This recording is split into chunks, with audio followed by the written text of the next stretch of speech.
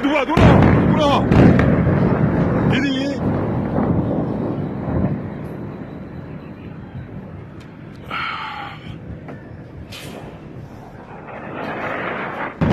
What?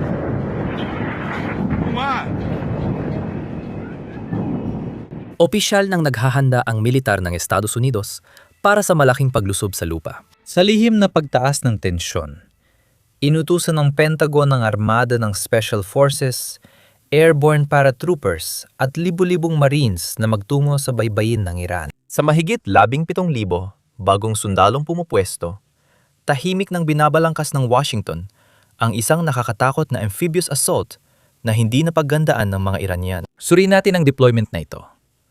Sabi ng US Central Command, dumating na sa rehiyon ang mga mandaragat at Marines ng USS Tripoli. Kasama sa unit na ito ang transport aircraft, strike fighters, amphibious assault equipment, at humigit kumulang 3,500 tauhan, kabilang ang mga mandaragat at Marines. Kaya ng grupong ito ang halos lahat, kabilang ang pag-atake sa mga pasilidad nuklear ng Iran at pagkuha ng enriched uranium. Pwede silang lumapag sa Kharg Island para sa amphibious assault o sakupin ang mga isla sa Strait of Hormuz para putulin ng Navy ng Iran sa blockade. Lahat ito ay posible, pero hindi ibig sabihin na madali ito. Kaya inaasahan pa na may darating pang mga puwersa sa rehiyon. Usap-usapan na darating ang ika-11 Marine Expeditionary Unit ng Boxer Amphibious Group bilang dagdag na puwersa. Bukod pa dyan, kamakailan lang naming tinalakay na may 1,500 paratroopers mula sa ika-82 Airborne Division na papunta sa rehiyon. Kumpirmado ito ng Pentagon. Hindi pa nila kinukumpirma ang bagong ulat ng Wall Street Journal na pinag-iisipan ng Pentagon magpadala ng 10,000 dagdag na ground troops sa rehiyon. Bukod pa ito sa 7,000 Marines at paratroopers na nabanggit na. Kaya ang kabuang dagdag na puwersa sa rehiyon ay humigit kumulang 17,000. Dakdag ito sa 40 hanggang 50,000 sundalong kasalukuyang kasali sa mga pag-atake sa Iran na patuloy pang dumarami araw-araw. Iyan ang dahilan kaya nagtatanong ang mga tao tungkol sa mga plano. 2 araw lang ang nakalipas, tinanong si Kalihim ng Estado Mark Rubio kung bakit maraming tropa ang ipinapadala sa rehiyon. Ano po ba ito kundi isang operasyong panlupa? Pakinggan natin ang kanyang sagot. Ang mga tropang ipinapadala sa gitnang silangan, Ginoong.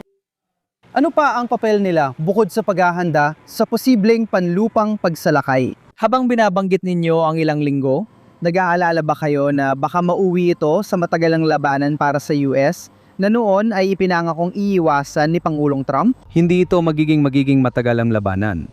Tom, inuulit ko ang mga layunin dahil may mga ulat na parang hindi malinaw sa iba kung ano ang mga ito.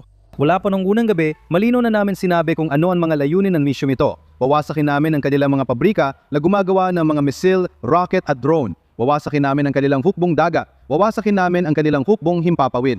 At lugos din naming sisirain ang kanilang mga missile launcher para hindi na nila magamit ang mga ito para magtago at kumuha ng sandatang nuklear. Kaya naming makamit at nakakamit na namin ang lahat ng mga layuning iyon. Nauuna pa kami sa schedule sa karamihan ng mga ito. Kaya namin magawa ito kahit walang tropang panlupa. Ngayon, tukos sa dahilan ng deployment, una sa lahat. Dapat maganda ang Pangulo para sa iba't ibang posibleng mangyari, ngunit hindi ko ito tatalakayin ngayon. Pakiusap magtanong sa kagawaran ng digmaan na malamang ay pareho rin ang sasabihin.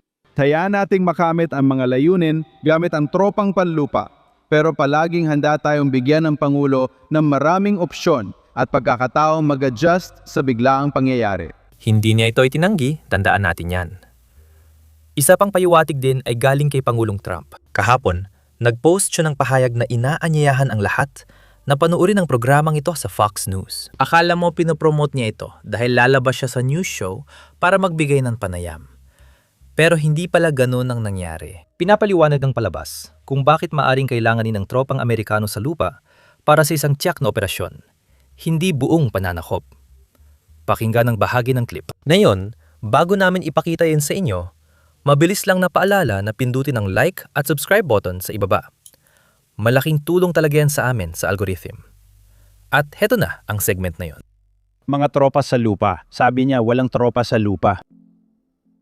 Hindi ko rin maalala na nabanggit yon sa kahit anong talumpati sa kampanya. Pero bakit natin kakailanganin ng mga tropa sa lupa? Maraming dahilan para dyan. At hindi naman natin kakailanganin ng 300,000 na sundalo. Kasama rin itong uranium. Kailangan natin makuha ang uranium. Kung hindi ito kayang sirain, kung hindi ito kayang baguhin, kailangan natin makuha ito. Dahil sa sinabi ko lang, pwede kang gumawa ng mga dirty bomb. At sa paglipas ng panahon, pwede ka pa rin gumawa ng mas sopistikadong misil. Kaya kailangan mong makuha ang uranium. Kaya nga nababasa ko sa diaryo, pinag-uusapan natin ang 82nd Airborne, pinag-uusapan natin ang mga espesyal na puwersa at iba't ibang sangay ng militar at iba pa.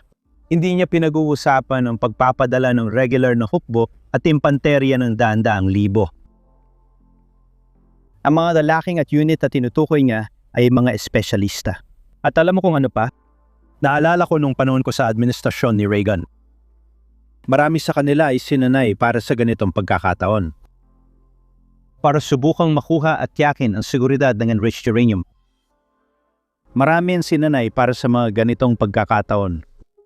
Ngayon, marami nagtatalo ito'y malinaw na senyales. Napaniwala ni Pangulong Estranyo ang Amerika sa darating. Hindi ako eksperto sa militar. Pero kapag nanonood ako ng ganyang segment, lalo kong hindi kumbinsido na kukunin ng US ang uranium. Ito ang dahilan. Isang target lang ang dapat pasukin ng ground forces, ang Esfahan Nuclear Facility. At hulaan mo kung ano? Hindi lang tayo nanood ng segment na yon matapos i-promote ni Pangulong Trump. Tiyak, pinanood din yon ng mga Iranian. At syempre, hindi ibig sabihin na hindi alam ng mga Iranian na gusto ng US forces kunin ng uranium. Sigurado akong alam nila ito. Tiyak na alam ng mga komandante ng US na alam din yon ng Iran. Pero ngayon, hula ko mas kumbinsido ng Iran na malamang may paparating na mangyayari sa nuclear facility na yon. Madali itong maging target para sa mga bitag o bagay na maaring paandarin mula sa malayo kapag dumating ang US forces. Baka sobra lang ako nanonood ng palabas tungkol sa CIA. Pero sa tingin ko, kapag ang presidente ay nagpapahiwatig, maghahanda ang mga puwersa ng Iran ng bitag. Uulitin ko, hindi ko sinasabing kayang labanan ng Iran ang mga elite na puwersang papasok doon. Hindi mahirap maganda ng bitag na asahan ng mga Iranian. Hindi para manalo, kundi magdulot lang ng malaking kaswalti. Pakiramdam ko, alam din ito ng mga commander ng US. Hindi nila ipadadala agad ang elite na puwersa sa sitwasyong inaasahan ng kalaban. Sa totoo lang, kahit balikan lang natin ang nangyari sa Venezuela nung simula ng taon, alam ng lahat, pati na ng mga puwersa at commander ng Venezuela, na may nagaganap na pagtitipon ng puwersa sa Caribbean. Kaya alam nilang may paparating na mangyayari. Pero walang nakakaalam talaga ng mismong operasyon ay literal na pagkuha sa diktador ng Venezuela. Alam mo, surpresa pa rin yun. At sigurado akong malaking tulong sa US forces sa operasyon.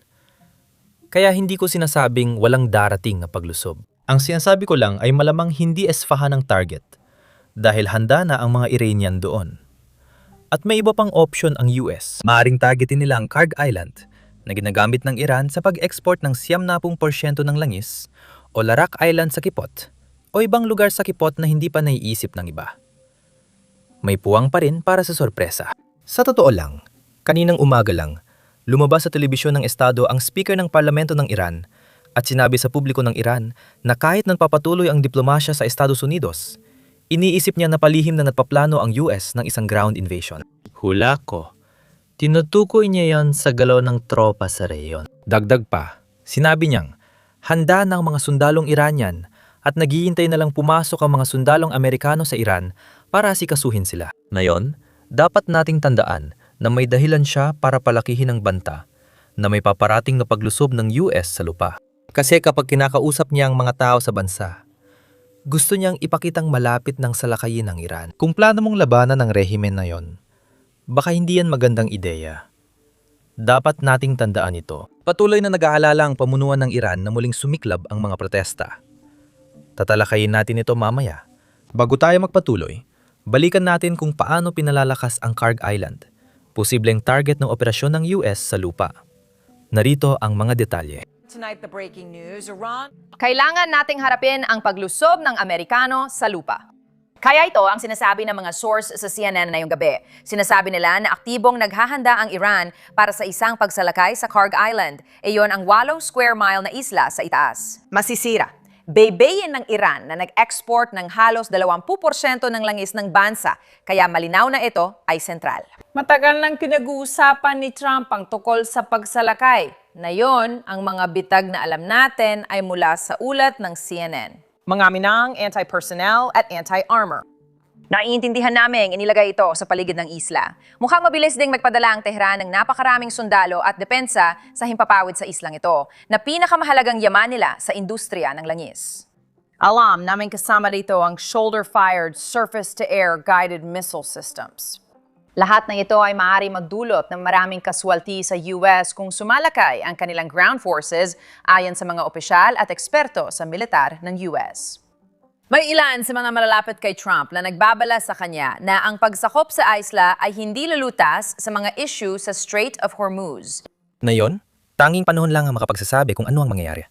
Maaring isa lang itong taktika ng paglalagay ng presyon habang nagkakaroon ng negosasyon.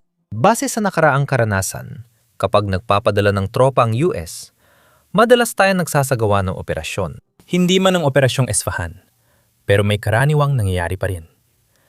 Ngayon, talakay natin ang mga ikinababahala ng mga Iranian, lalo na ng kanilang pamunuan. At yun ay isang protesta, tulad ng nangyari noong Enero. Inilunsad lang ng pamunuan ang kampanyang Janafa.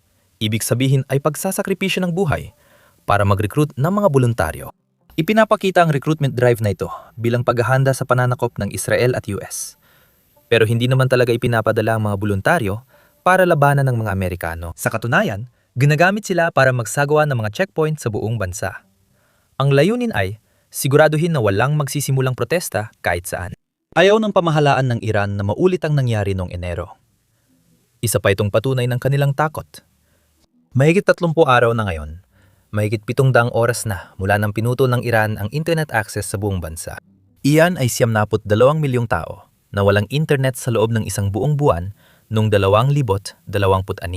Ang mga Iranian lang na nakikita natin online ay gumagamit ng puting SIM card na ibinibigay lang sa mga nagtatrabaho sa gobyerno. Kaya nilang makipag-ugnayan sa iba at mabilis na magpalaganap ng propaganda ng Iran. O may maliit na bilang ng mga Iranian na may Starlink pa rin na nagagamit nila nang hindi sila inaaresto ng mga security forces at minsan ay pinapatay pang mga tao dahil lang sa pagkakaroon ng Starlink.